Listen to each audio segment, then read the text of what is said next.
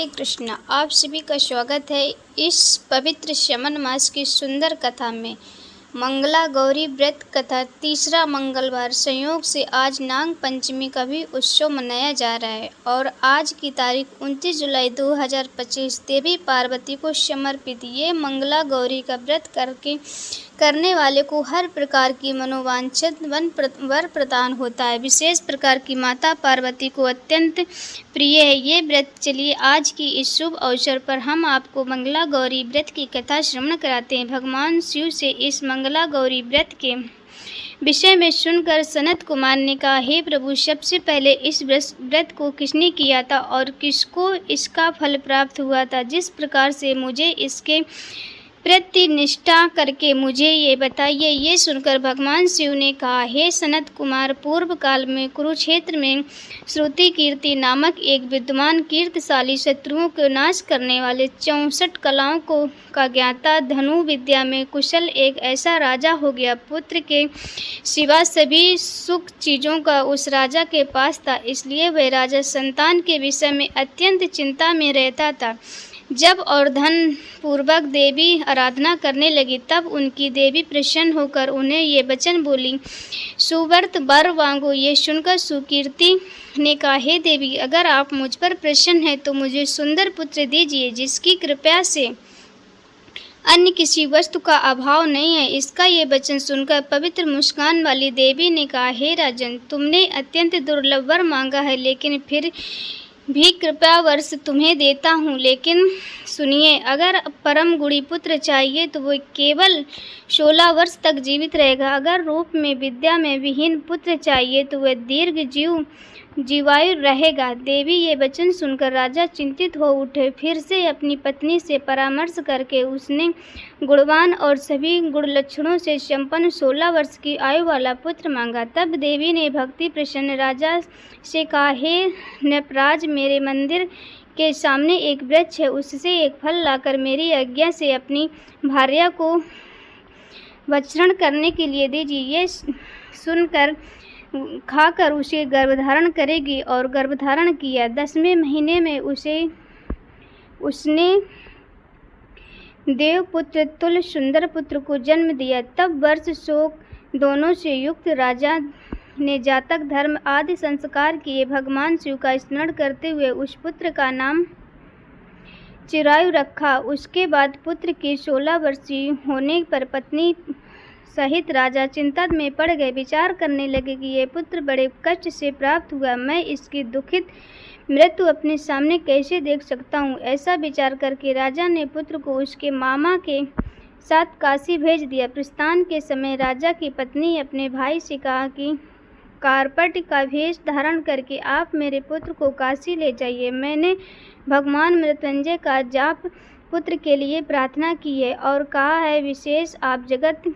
पति की यात्रा के लिए मैं उस पुत्र को अवश्य भेजूंगा, इसलिए आप मेरे पुत्र को आज ही ले जाइए और सावधानी पूर्वक उसकी रक्षा कीजिए। अपनी बहन की बात सुनकर भांजे के साथ वह चल पड़ा।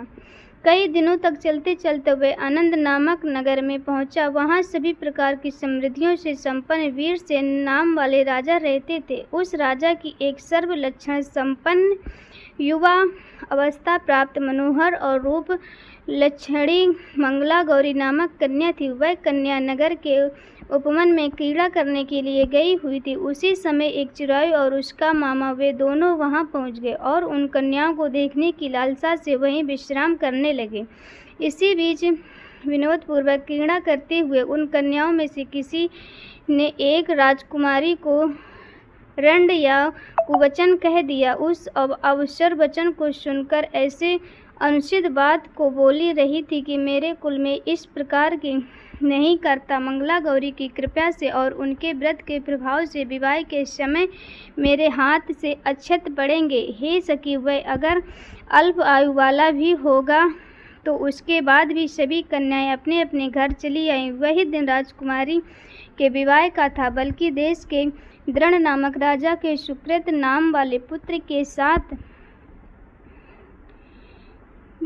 साथ उसका विवाह निश्चित किया गया। तो वह सुकृत के साथ हुए उन लोगों ने विचार किया कि इस समय कोई दूसरा श्रेष्ठ वर जाना चाहिए और विवाह संपन्न हो जाए। उसके बाद सुकृत को वहां पहुंचा देखा। तत्पश्चात चिरायु के पास जाकर उन लोगों ने उसके मामा से याचना की, आप इस बालक को हमें दे दीजिए जिससे हमारा कार्य सिद्ध हो जाए। इस पृथ्वी पर परोपकार के समान कोई धर्म नहीं है। उनकी बात सुनकर चिरायु का मामा मन ही मन बहुत प्रसन्न हुआ और उसे उपमन में पहले ही कन्या मंगला गौरी की बात सुन ली थी। फिर भी उसने अपने लोग इससे किए गए मांग रहे थे। कार्य को सिद्ध हेतु मांगे जाने पर वर को तो कहीं भी मांगा नहीं जाता है। फिर भी आप लोगों अगर सम्मान पूर्वक कह रहे हैं तो मैं इसे दे रहा हूँ। इसके बाद चिरायु को वहां से लेकर उन लोगों ने प्रतिमा के समक्ष उस कन्या का चिरायु से हर्ष युक्त होकर मंगला गौरी के साथ शयन किया। उसी दिन चिरायु के 16 वर्ष पूर्ण हो चुके थे। धर्म अर्धरात्रि में अक्षात काल सर्प रूप में वहीं आ गया। बीच में संयोग बस राजकुमारी जाग गई। उसके उस महासर्प को देखा और वह भय से कांपने लगी। तब उस कन्या ने धैर्य धारण कर 16 उपचारों से सर्प की पूजा की और पीने के लिए उसे दुग्ध प्रदान किया। उसने दीनता भरी वाणी से उस सर्प को की प्रार्थना और स्मृति की मंगला गौरी प्रार्थना करने लगी, मैं उत्तम व्रत रखती हूँ, पति जीवित रहे, ये इस तरह से चिरकाल तक जीवित रहे। आप वैसा कीजिए। इनसे सर्प कमंडलू में प्रवेश कर गया और उसी मंगला गौरी ने अपनी कंचुली मुंह बांध दिया। उसी बीच उसका पति अंगड़ी अंगड़ाइयाँ लेने लगे। हे प्रिय, मुँह भूख लगी है, आप माता के पास जाकर खीर लड्डू इत्यादि ले आइए। उसके द्वारा प्रत्यन्न भोजन पदार्थ को उसने प्रसन्न मन होकर खाया। हाथ धोते समय हाथ में अंगूठी गिर पड़ी। ताल्लुक खाकर वह पुण्य सो गया। उसके बाद मंगला गौरी कमंडलों को फेंकने के लिए जाने लगी। विधि की गति कैसे की कमंडलों से बाहर की ओर जगमगाती हुई हार को देखकर वह आश्चर्यचकित हुई। घट में स्थित उस हार को उसने अपने कंठ में धारण कर लिया। उसके बाद कुछ रात्रि भेष रहते चिरायु का मामा आकर उसे ले गया। उसके बाद पक्ष के लोग सकुचेत में हो गए। देखे मंगला गौरी ने कहा, यह मेरा पति नहीं है। तब सभी ने कहा, हे सुबह, तुम क्या बोल रही हो, यह तुम्हारा ही पति है। ये सुनकर मंगला गौरी ने कहा, जिसे रात्रि में 9 रत्नों से बनी अंगूठी थी, उसकी उंगली में उसे डालकर परिचय निशानी दे दीजिए। मेरे पति रात्रि में मुझे 2 हार दिया था, उसके रत्नों का समुदाय कैसा है, इस बात को ये कोई नहीं बता सकता। मैं कुमकुम से लिप्त हो गया, वह मेरी जांघ पर अब भी शीघ्र देख ले। आज साथ में रात परंपरा भाषण और भोजन आदि जो कुछ वचन सुनकर उनके सभी कहने लगे, ठीक है। लेकिन जब एक बात मिली तब सकुचेत को उसका पति होने के निषेध कर दिया और वे वर पक्ष वाले जिस तरह से आए थे उसी तरह से चले गए। तत्पश्चात अपने वंश को बढ़ाने वाले महायश प्रसन्न और परम मंसनी गौरी के पिता ने अन्न पात्र आदि का सन चलाया। उन्होंने एक पक्ष का अन्न कान सुन लिया। स्वरूप को रूप होने के कारण उन लोगों के द्वारा आदरपूर्वक रूप में लगाया गया, तब बैठाया गया। इस प्रकार वर्ष बीतने पर यात्रा करने पर अपने मामा के साथ ये देखने के लिए आया कि विवाह के पश्चात वहाँ क्या हुआ। उसने गवाह के भीतर देखा कि मंगला गौरी अत्यंत प्रसन्न हुई। चिरायु को देखकर उसने अपने माता पिता से कहा, मेरे पति आ गए। तब राजा ने अपने सूरज जनों को बुलाकर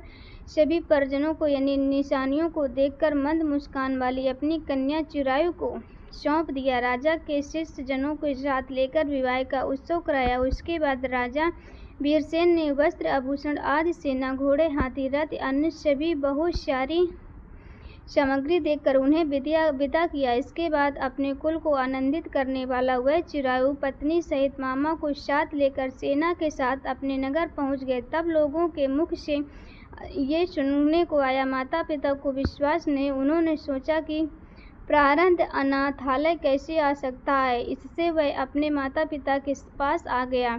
उस पुत्र का मस्तक मस्तक परिपूर्ण शुद्ध उन दोनों के परम आनंद प्राप्त किया। पत्रवधू मंगला गौरी ने सास ससुर को प्रणाम किया। तब सास ने अपने गोद में बैठाकर सारा वृत्तांत शीघ्र पूर्वक पूछने लगी। पुत्रवधू को मंगला गौरी की उत्तम व्रत महात्म और कुछ भी घटित हुआ था वह सब कुछ सुनाया। इस कथा का समापन करते हे भगवान शिव कहते हैं, हे सनत कुमार, मैंने आपको इस मंगला गौरी व्रत की कथा सुनाई है। मनुष्य इसका व्रत अथवा उसका पाठ करने से दूसरों को सुनाता है, सभी की मनोकामनाएं पूर्ण होती हैं। आप सभी को मंगला गौरी की हार्दिक शुभकामनाएं। जय हो मंगला।